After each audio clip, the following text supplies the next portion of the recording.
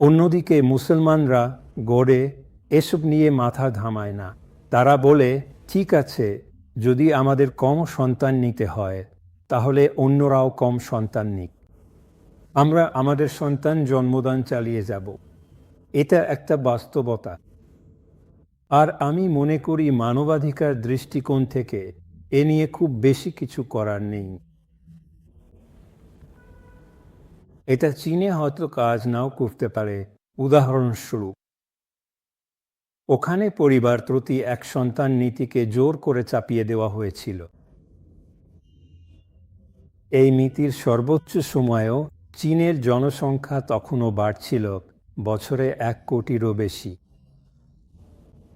কিন্তু অন্যদিকে জনসংখ্যা নিয়ন্ত্রণ করা সম্ভব, তবে এই ধরনের উপায় নাও হতে পারে। দেখুন, তাইওয়ানেও জন্মহার একইভাবে কমেছে, আর সেখানে জনসংখ্যা কমতে চলেছে, যেমনটা জাপানে ইতিমধ্যেই অনেকটাই কমে গেছে।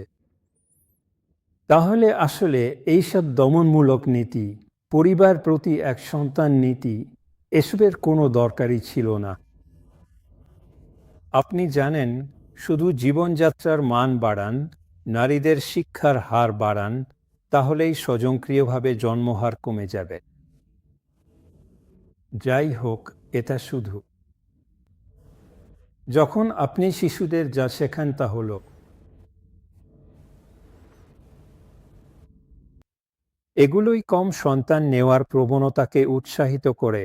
কিন্তু দেখুন, যখন মাদ্রাসায় তারা শিখছে, মুহাম্মদ স্পষ্টভাবে বলেছেন, আমি চাই মুসলমানরা যেন অন্য সবার চেয়ে সংখ্যায় বেশি হয়।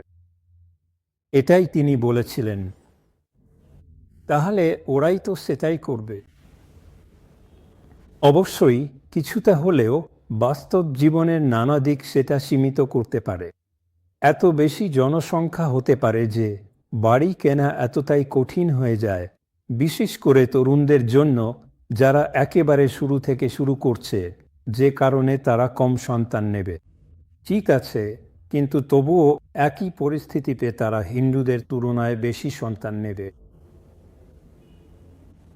ঠিক আছে, আমার কথা পরিষ্কার, জনসংখ্যায় আপনি হারবেনই। এখন আমি কি ধিত?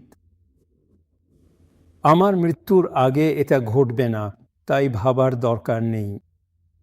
কিন্তু আবার আমার তো সন্তান আছে এবং আমি তাদের কথাও ভাবি। তাহলে আমার তো আতঙ্কিত হওয়া উচিত। তবুও আমি আতঙ্কিত হচ্ছি না।